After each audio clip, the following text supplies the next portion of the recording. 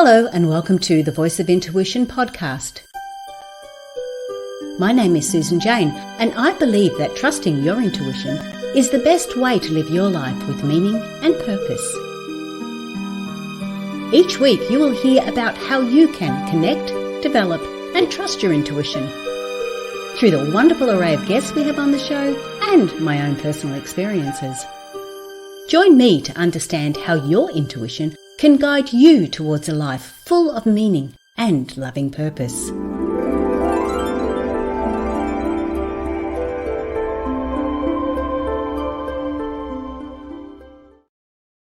Hello and welcome to the Voice of Intuition podcast. My name is Susan Jane and I'm your host for the podcast. Today we have lovely Sandy on. Now it's all about courage today. The courage to step forward, the courage to move ahead, the courage to sit in all our splendor, glory, and even the crappy stuff, and how to get out of that. So I'm really looking forward to this. Now, Sandy is an author as well. So she's got this wonderful book called The Courage Circle. We're going to learn all about the book. And this is not a book flogging episode. What I really like is that her book is about personal development. It is about her story, but it's also about personal development and how you can move forward, have the courage to move forward and step ahead. But that's me talking. Now, I want to share, like, subscribe to the podcast, do all that stuff, but let's get into the good stuff. Okay, Sandy, welcome on board. Thanks so much for having me, Susan. I appreciate it. And I loved your intro, by the way. I was just watching it like everyone else. It's so pretty. Oh, thank you. It sort of puts me in the right zone. Totally. It's like, like that little, light bulb goes off and you say, oh, yes. Here we are. Yeah, it's really lovely. Thank you. But we're going to talk about you because I really like what you've put together here. And before we actually started recording, I was talking to Sandy about it. And when she said the Courage Circle, I was thinking of women's circles. I was thinking of a group of people because to me, even being in a group of people takes a bit of courage to sit there and talk about your stuff. But this Courage Circle is all about you. We're all about the individual when we go in. So it's another tool to help us develop our intuition, another tool to help us learn about who we are and what we're doing and where we're going and the courage to do that, which is what I really like. So I'm really looking forward to this. But first of all, Sandy, I need to get an understanding of who you are, where you've come from. Like what? Not as in where you come from, you know what I mean. Where do I come from? Your journey, a bit about your life. How on earth did you get to the Courage Circle? I think I've lived a lot of joy in my life, but also a lot of adversities, like a lot of people. And, I was managing to get by and I had a good life in many ways, difficult life in many ways. But the past few years actually got quite difficult. So emotionally, I was really not feeling well at all during COVID. I had difficulties in my relationship and myself and everything. And I decided that I'm going to paint a little circle on my wall. I don't know what got me to do that. And to just kind of sit there and try to figure out what to do or how to live in a way that I can feel okay. And so I did a lot of meditation. I watched a million things. I read a million things. And I just started taking a lot of notes. And these notes, I was like, oh, this is a great thing. Somebody I heard about people pleasing. Okay. And I would take down notes. And, oh, this is something I felt today. And I take down notes. I was just kind of putting together, almost like a scientist, I would see it, to be honest with you, just information that would work for me. And eventually it kind of worked, I guess, because I now feel like I'm able to live feeling well, like inside, pretty much no matter what's happening on the outside. It doesn't mean there isn't difficulties. It's just I kind of know how to navigate now. And so once I published the book, I decided to do, so originally it's a circle around yourself. That was the idea about it. But now I do circles in person with other people to discuss these pieces of the puzzles. So other people can maybe look to find in themselves a way to live and feel well as well. Backdrop, I'm a Okay. lawyer, but that has nothing to do with this. Okay. There you go. Wow, it is, it's all part of it, isn't it, really? It's Yeah, our life and our journey. Um, what I really liked about that, Sandy, is that you're saying that you wanted to find there was an issue, so you wanted to find more about it. You've drawn a circle, and then you've got all this information. You've got information from other people, information from different areas, all sorts of things. And that's one of the things that I really, really push when I'm talking on the podcast. Why I wanted to do the podcast, I want to bring forward all that different type of information, because yeah, not not one thing, sorry, not everything you say should resonate with me. As absolutely. in, not everything I say should resonate with other with people. Sure, there's going to be stuff in there that will resonate, but I don't want everything to resonate with you, because this is me, this is my life, and yours is going to be different, and all the listeners are going to be different, and it's taking what we want from everybody, those little bits and pieces. And I don't mean like stealing them. I just, like you say, you hear something, you sort of go, oh, that resonates with me. That makes sense. I'm going to Yeah, take that. And then what you have created is basically a jigsaw puzzle of all these pieces, and you've put it together, and it's the courage circle. I've put it together, and it's flower reading. Like, holy yes. shit, talk about two different things. Different puzzles. Exactly. But Yeah, the results are still the same when they're all yeah, built. yeah, It's you. It's yeah. who It's a you different are. path. Yeah, different path Yeah. to the same place. I- Yeah. So thank you for that to start with.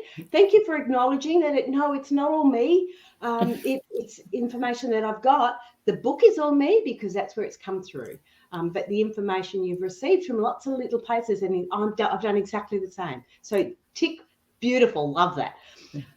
Right. So you've written the courage circle. You've got an understanding that. I want to know, first of all, okay, because I'm a uni nerd, I want to know the definition of courage. Now, I don't want it as in what the dictionary says. I want it as what you say. What do you define courage as?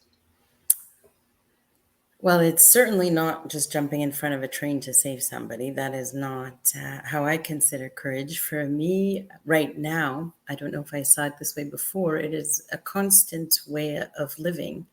Um, it's constant because, one, it takes a ton of courage just to be yourself in our world. So if you're going to live in our world, being yourself, then for me, by definition, you'll have to have constant courage to do that. It takes courage to set boundaries. It takes courage to look inside and see the truth about yourself, maybe behaviors you've been doing that were not so helpful or kind or something, but it takes courage to look at the truth and see what's there. So those are things that come to my mind. But in terms of like the feeling, it's like something that's just hard somehow to do, but you must do it or want to do it, and so you do it anyways, even though it's kind of a challenge or scary, or you don't know where it's going to go or what it's going to do, but there's another part of you that knows to go ahead. And so that's, I guess, the courage overrides those other things that go on inside, something like that. Okay. Can you give us an example? Like, because straight away, people, like you say, when people talk about courage, it's like, oh, well, saving a person from the fire. And yes, it is courageous. We're not saying that it's not courageous, Yeah. but it is. I guess courage is on that sliding scale, isn't it? And it's What? very personal, yeah. And it depends on you where you're at. So, for example, somebody in the circle told me that they had managed, and they were probably over 50, they had managed to tell their family for the first time in their life that, tonight I'm not going to be joining for dinner, this weekly dinner that they have, because they really wanted to attend something else.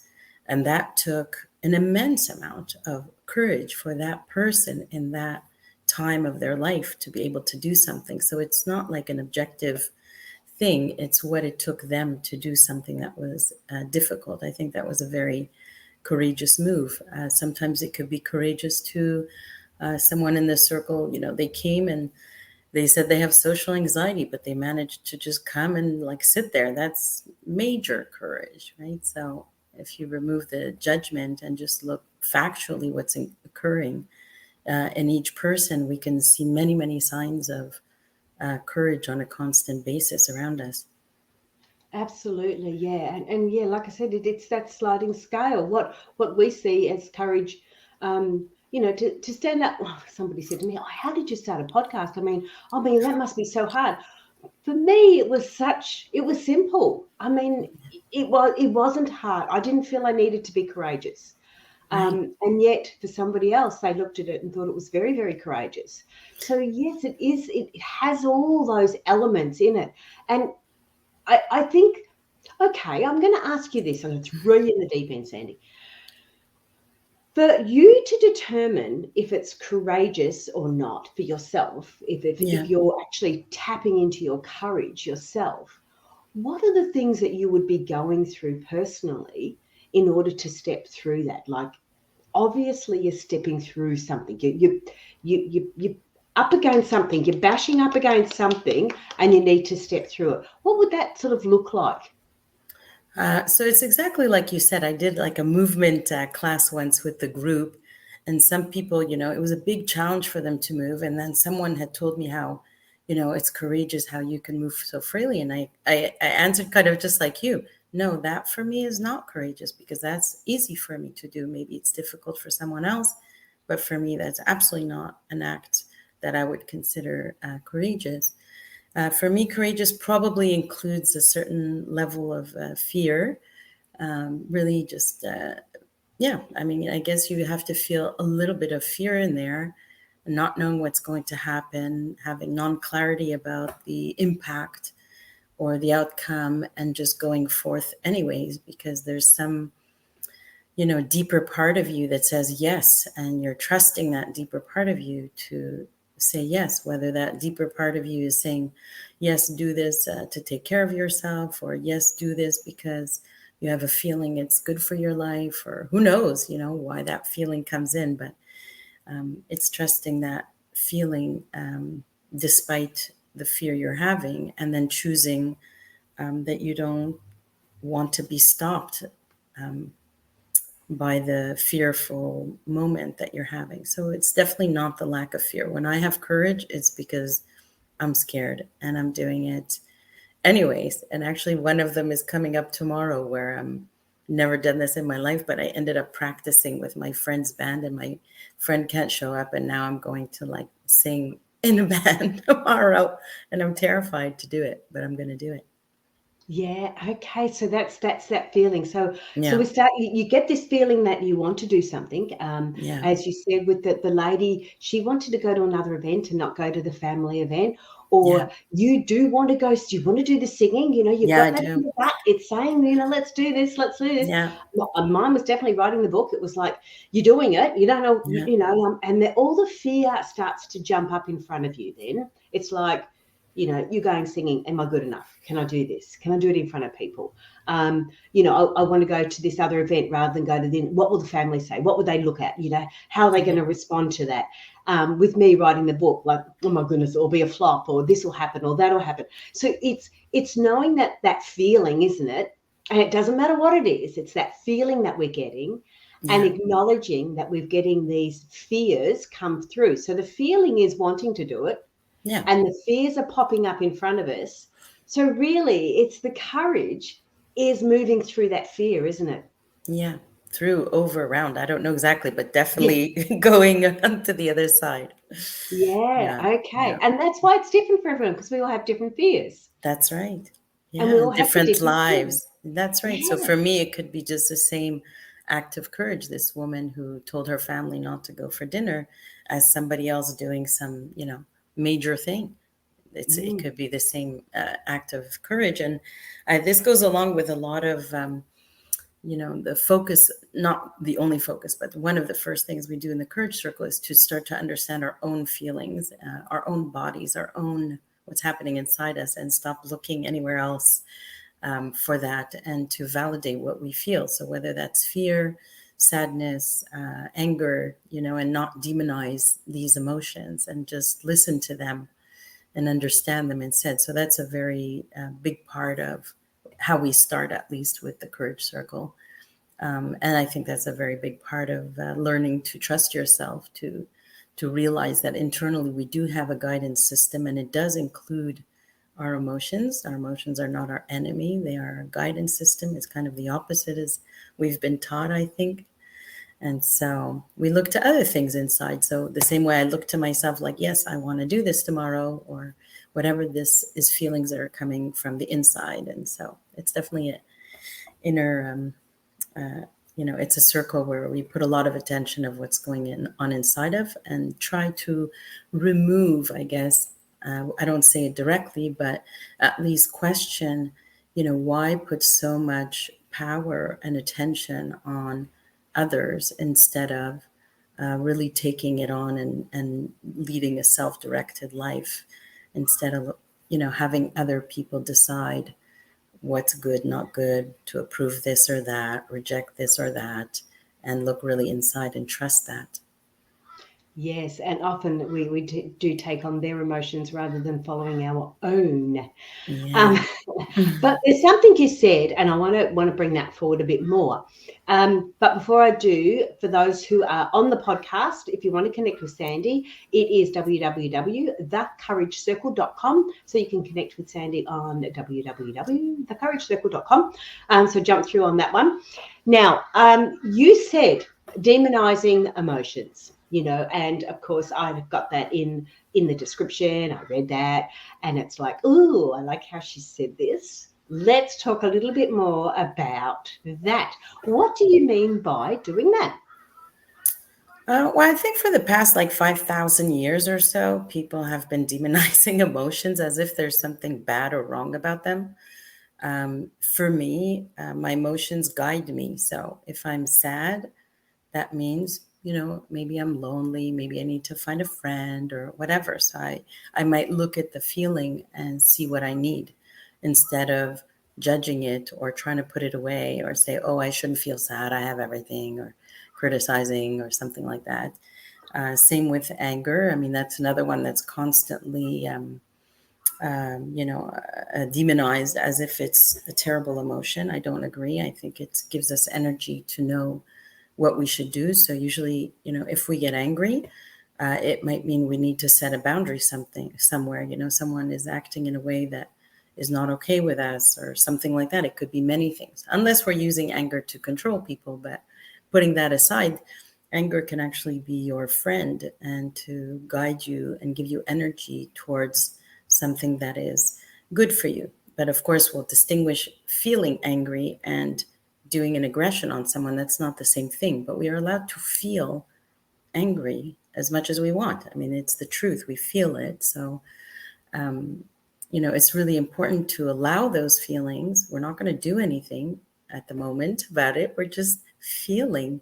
And then we can, eventually maybe calm down and look at it and decide what to do. But to demonize and say you should not feel angry or you should not feel sad, for me is just, not only is it gaslighting and dismissive and all those words, but it actually causes a lot of internal anxiety and second guessing yourself and uncertainty about yourself, because it's a message that, oh, something's wrong with me. I feel things I'm not supposed to feel. Like there's an underlying message of something is wrong with you. So no wonder almost every single person I meet seems to walk around with this feeling of something is wrong with them. So that's one of the things we tackle there. But it makes sense if everyone around the world is constantly giving that message to each other. You shouldn't feel this. You shouldn't do this. You shouldn't think this. You shouldn't, the message is something's wrong with what you're feeling. Something is wrong. That's the underlying message coming through. So validating somebody's emotions or your own emotions definitely starts to refute and challenge that idea completely. And from there, we can start to, again, have the courage to follow ourselves and be ourselves, regardless of what others might think. Can I just put something forward on that too, because that's all about Sure. intuition as well. So Absolutely. Um, so I just want to bring forward to it because I explain it, and this creates a little bit more clarity for people. I Mm, explain feelings as the feelings are from the intuition, from our soul. And that's why, like you're saying, we shouldn't demonize them. The feelings come from within. I look at emotions as energy in motion, yeah, and that's what we're expressing externally. yeah, So when we say we feel this, it's like you with the singing, you're feeling it, but the emotion that you're expressing could be more fearful, it could be um, put it for this, I can't say for your example because I don't know what you're experiencing, but say you're experiencing a little bit of, I sometimes sadness, get a or bit of sadness or guilt. yeah, Sometimes I feel a bit of guilt. Maybe I should have done this, maybe I should have done, and I'm feeling guilt. But I can often express it as anger. I can often mm, express it as an emotional, as an anger, or yeah, you have people that are feeling sad or emotional, and they're driving down the road, and all you see is the emotion of road rage.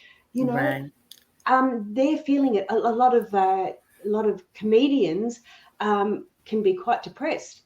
How they're yeah, expressing it is through humor. So right. For this sure, I agree. Yeah, underlying anger sometimes is other feelings. So you could be absolutely you bring hurt, it. you could Yes, be, sad, you could depression. be all Yeah, kinds of things underneath yeah. it, for sure. So Absolutely. when I explain it to people in that way, the feelings are what Hmm. you're actually feeling, and that's what you're getting from your intuition. That's you. Don't, as you say, don't demonize that because that's true feelings. Yeah. That's your soul speaking to you. How you're expressing it or how other people are expressing it as an emotion, that's what we need to be a bit more aware of. Yeah. I Expressing might, anger. Yeah. I mean, yeah, I it's might not be okay to yelling at do. Yeah. somebody. Yep, Right. That's not the same yeah, thing. Feeling anger and expressing anger are two different two things. And I different, think that's why yeah. people, think anger is so horrible because we're witnessing a lot of aggression. But the problem is not aggression. The problem Yes, is not feeling anger. The problem is the expression of aggression, right? They're two yes, separate yeah. things.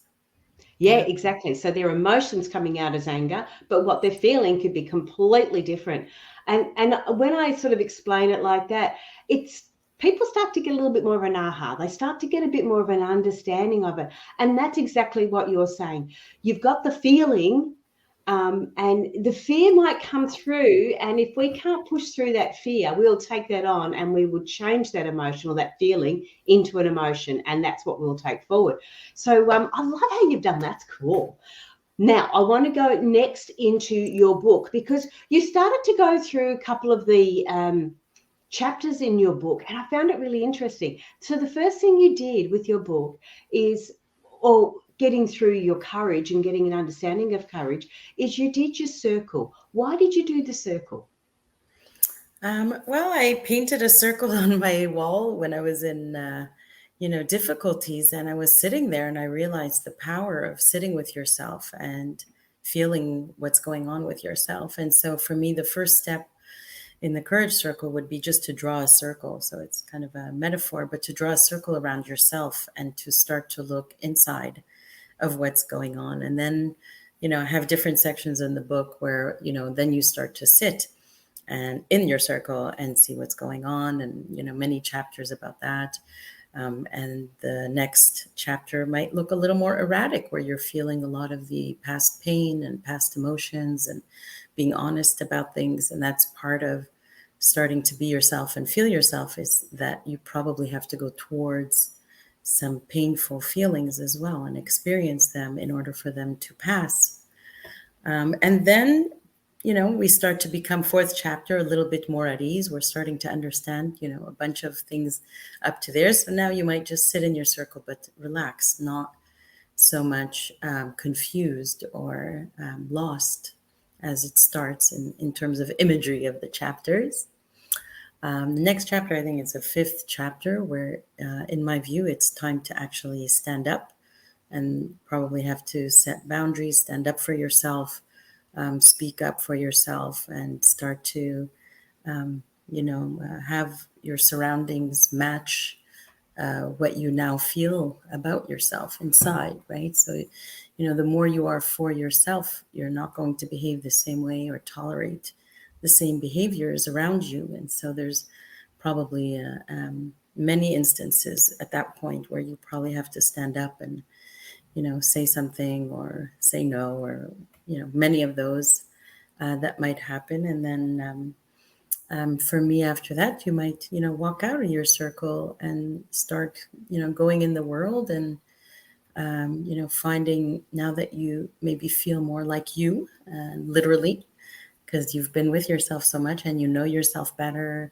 And so now you can walk out into the world and be yourself, whatever that means. So it could mean one thing for one person, doing podcasts or whatever. It could mean what I'm doing courage circles. It could, every person is different, but you've now walked out and are in the world being yourself in a deep way, also with the strength of what you might have learned. So probably I would see it like you're soft and you're strong at the same time, because you've learned to be very kind to yourself first and then to others, and also very strong in your spine. And so we walk out into the world and do what we do, each person, I guess, live. And then the last chapter, I like to talk a lot about power and what a powerful person actually looks like. And for me, a powerful person is not the one that is using force. That's not the same thing as power, or what you might read about in the news, but it's a person who, is clear in themselves about what they're doing, who is flexible, who is has, a sense of inner peace about their activities or their who they are. So I don't remember the exact sections they are, but really to redefine what a powerful human being looks like, compared to what we read about. Wow, I like that. So you basically you're walking people through, and they're getting an understanding of it all, so they can become more courageous within themselves. Yeah, and just be yourself. I mean, that's the ultimate courage, to be yourself in the world. So can I ask, because of what you've gone through, and you said you were a lawyer to start with. Yep. Are you still practicing law? I've been teaching for 20 years. I teach seminars like purchasing professionals, so not in the traditional practice, but Okay, right. yeah. Um, so did you find that, so with your book and everything else, when you're starting to step through your courage, because I want to get a little bit more about you, I'm going to go a little bit more personal. When you were going through all of this, were you working full time? Were you starting to get that sort of situation where I didn't want to be in that field any longer and I wanted to move forward? Or were you, what was going on? What made you decide to draw that circle? So I think, no, it had nothing to do with the work. That was, that's been going on for many years, and it was not full time. I had another full time job in a software company, actually, doing software testing work, and that stopped during COVID. So I guess I found myself with more time, and also, everybody in the house with all the difficulties that were coming out of that. And, there were some issues with family members that were very difficult. And I think what made me start to draw that circle was just me not feeling well, me not feeling well and wanting to help myself, wanting to figure out how I could feel well regularly, not just like, okay, I feel well today in a superficial way. I mean, in a deep way. Yes. Yeah. Yeah, When you're saying well, yeah, again, I'm digging a little bit deeper. When sure. you're saying well, are Yes. you saying well in a physical sense? Because I've been sick lately and feeling well would be fine, but I wouldn't draw a Mhm. circle. However, when I start looking at feeling well, it's, I guess I put it personally down to I don't feel like I'm in control of my life. Then I would draw a circle. Yeah, I don't know if it was necessarily in control, but definitely things seemed completely chaotic at the time. And in terms of feeling well, I don't know what other definitions other people use, but for me, when I say now I feel well, I mean it in a very deep way, meaning like, I don't have any more, big emotions that come about so often because my relationships have been all addressed, meaning, I put boundaries where I need to, I had conversations where I had to, I felt old pain where I had to. So I feel well in that way. There was a lot of kind of cleanup. I also feel well in terms of knowing myself and speaking and doing what I think I have to do.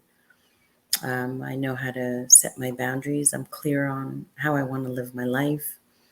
I don't get affected by other people's opinions of me, etc. So that's major. I mean, there's many components of it. So it's not just like I feel well today, I'm just going for a walk. It's really, I feel like whatever is going on, I'm okay with it. So that's a much deeper level. I'm not A anymore, deeper way. yeah, Yeah. controlling people, controlling life. It's a whole, yeah, it's a Mm. whole world to say. So maybe I need a different word for us to relate, Oh, Susan. I don't no, know no. what word would you use for No, that no, level of, it's not that, Sandy. You yeah. use whatever words you want to. I'm trying to put it across to the other listeners Oh, because yeah. they would use different words, Sure, sure. and they will have a different reason to Yeah, draw that circle.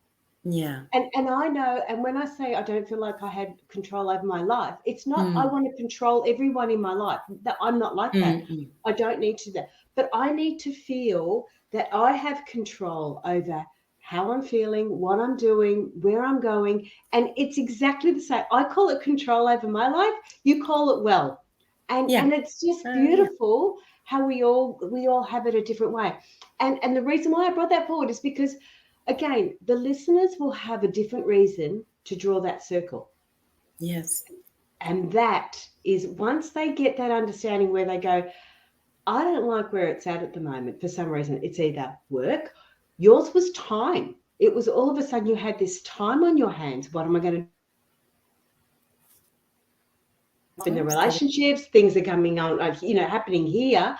All of a sudden, it gave you a reason to draw that circle. And why I'm bringing this up is for the listeners to go, is it time to draw that circle?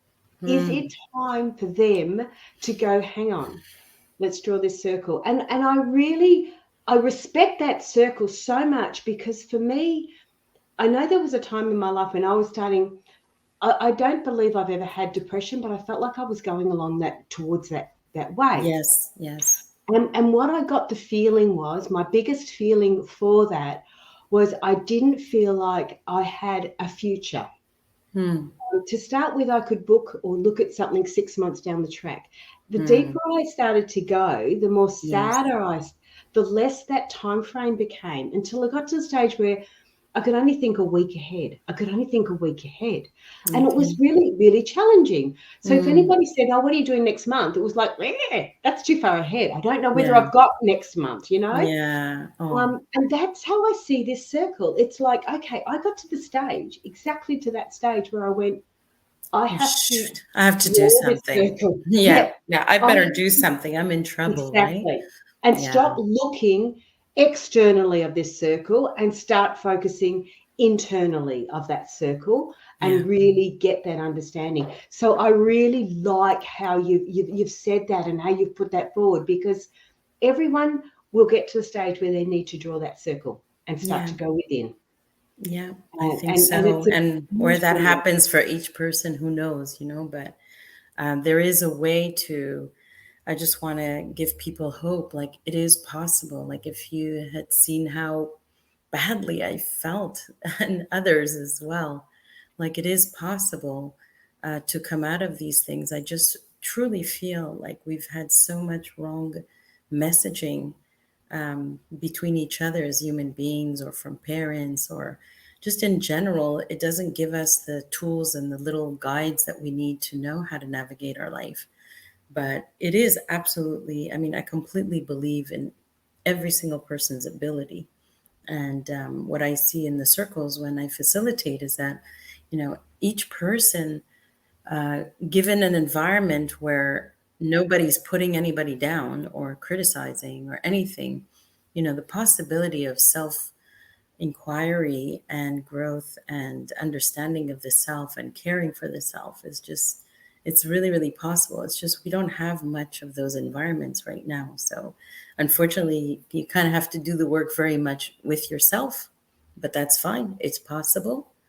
But it would be nice if there's more people that can sit with each other and help each other kind of get through these, challenges and support each other instead of criticizing and all the other stuff that happens, Yeah. unfortunately, too often. Yeah. Yeah, I totally agree. And the other aspect to it is that if people are ready to draw that circle, you are there. You've got a book there, The Courage Circle: How to Live in Truth and Dare by Sandy Stream. You've also got women's. You've also got circles too, courage circles, as in real ones. Yes, Not I real didn't ones. know I would do that. Yeah, but I didn't know I'd do that. I'm just going with Roll what with I the flow. feel I should do, basically. Yeah, yeah. So, yeah, the next thing I felt I should do is start Real Circles. So, I have two yoga studios in Montreal. We meet in person once a week and discuss, all the topics those puzzle pieces, I guess. So, we discuss them in person. And then just recently, a couple of weeks ago, I started also an online one. So, if people want to join, you're welcome to join online from anywhere in the world. I put it right now as Montreal, Toronto, but it's not restricted by that. So it's on the Meetup app. But if you just go to my website, you're welcome to join. And every week we're doing different topics. And actually, I have one in 15 minutes that we're doing our online one. So that's always going to be interesting. And I love to do them because I just myself love being in an environment where human beings are just talking to each other with, from that deeper place, with respect and with honesty and with openness. And that's what I feel is really magical about doing this kind of work. Yeah, and that's courage in itself, openness and honestness. Yeah, you know what Yeah. I mean. Maybe I'm having trouble Honesty. saying Yeah. Yeah. Yeah. Yeah. it. Before you go, I do want to ask now, the Courage Circle, the book, the Courage Yep. Circle: How to Live in Truth and Dare. That when you told me the subject, I was like, "Ooh, I like that." Why have you got How to Live in Truth? And I mean, I get living in truth, get that. How to live in truth and dare. Can you explain that a little bit more? Yeah, well, the truth, I guess you understand. You need to see the truth about what you feel, etc., what happened in your life, all that stuff. And then to dare, I guess, because in my view, to live, fully in our, in the world, being yourself, you need to be a little bit daring and courageous and keep doing the things that you feel you should do, regardless of what others might believe. So, this trusting yourself and daring to do what you feel you should do, it takes that courage. So, for me, truth and courage are both very powerful um, ingredients, I guess, for living well or living Mm. fully. Yeah. And people can often take dare the wrong way, can't they? Because and, in the schoolyard, it was like, oh, truth or dare, I'm going to dare Yeah. you to go and hit the teacher on the bum or something, like something ridiculous, which again, I just wanted to clarify because stepping into that dare is more about daring yourself to do something that you feel, not necessarily what other people want you to do Yeah. or what the schoolyard bully wants you to do, that what you really feel, because it's that daring to walk through those fears, isn't it? Yeah. Yeah, so I guess I don't know what work you do exactly, Susan, but I imagine in many instances you start to teach people to look even what do they feel. A lot of people have never looked there. Like, what do I feel? They're always looking externally. So that sounds wonderful that you're participating in that work with people. Yeah, that's cool. All right, so we are getting a bit low, and I know you have got other events to do. Yes, you busy girl. But before I go to, make sure you jump onto Sandy's website, and you will get the book on there too. The book's on there, so it is thecouragecircle.com. So you'll be able to see it all there and get the book on there. Any last words that you want to share with us before you go, Sandy? Yeah, I would just encourage people in general to just trust yourself. You know, this is not a message we get regularly in life from people. They're always telling you, like, oh, you should do this, you should do that. But that's the one thing I would kind of leave with people in their minds. Just trust yourself. Trust yourself. I love it. That's cool. And one of the things that, you were talking about, you get all this information from different people and, you're Yes. reading and everything else. One of the things I picked up was the word, to not use the word should. Yes. And as you've just said it there, not to use the word should. And it was like, well, don't, first of all, it's like, well, don't tell me what to do. As you do. And then I started to look a little bit deeper into it, because the word should make somebody wrong. Now, whether it's yourself or somebody else, it's making someone wrong. And they say, change the word should to could, and then you have choice. Right. Because I know I used to say it all the time, oh, I should have done that. Oh, I should have done this. And as soon as I say that, I make myself wrong. And it's like, Yeah. you know what? Makes I could have sense. done that, but I Yeah. didn't, Didn't. for whatever Right. Yeah. reason. Well, Yeah. I've had my lessons too. I think pretty much anything I wrote about, I was probably doing the opposite. So that's where the kindness is, to be able to see that it's okay to learn, make mistakes, do differently now. Like, it doesn't make anybody bad or wrong. It's just part of learning and growing up. And, I think we don't grow up just and stop at 18. We always grow and keep growing up. So it's a normal thing to realize, oh, I used to do that. I used to give that. That's pretty much my life. Yeah, absolutely. I'm still growing. I Yeah. can't wait to work out what I'm going to do when I grow up. Right. I don't know whether I'll ever grow up. Maybe grow out, but not grow Yeah, up. exactly. I'm here with you. Well, thank you so much for being on the show, Sandy. It was really good. And again, people, jump onto the website. It was fantastic. I love the whole concept of the circle, because first of all, it's like focusing on you, and then taking that out further. And that's, how can you tell somebody what you like or who you are or be who you are if you don't know who you are? You've got to do Right. that first. Absolutely. Yeah. Everything towards you first, even though we're taught the opposite, like, Yes. Yeah. so absolutely. Absolutely. Because then what happens on the inside is going to happen on the outside. So definitely first inside. Yeah. Yeah. So thank you for being on the show. Stay Thank with me for 2 secs. you. Sure. And I'll catch up with you there. So I'm going to, hey guys, that was fantastic. You want to understand courage. Like, people don't seem to. One of the good parts about courage is when people get stuck with motivation.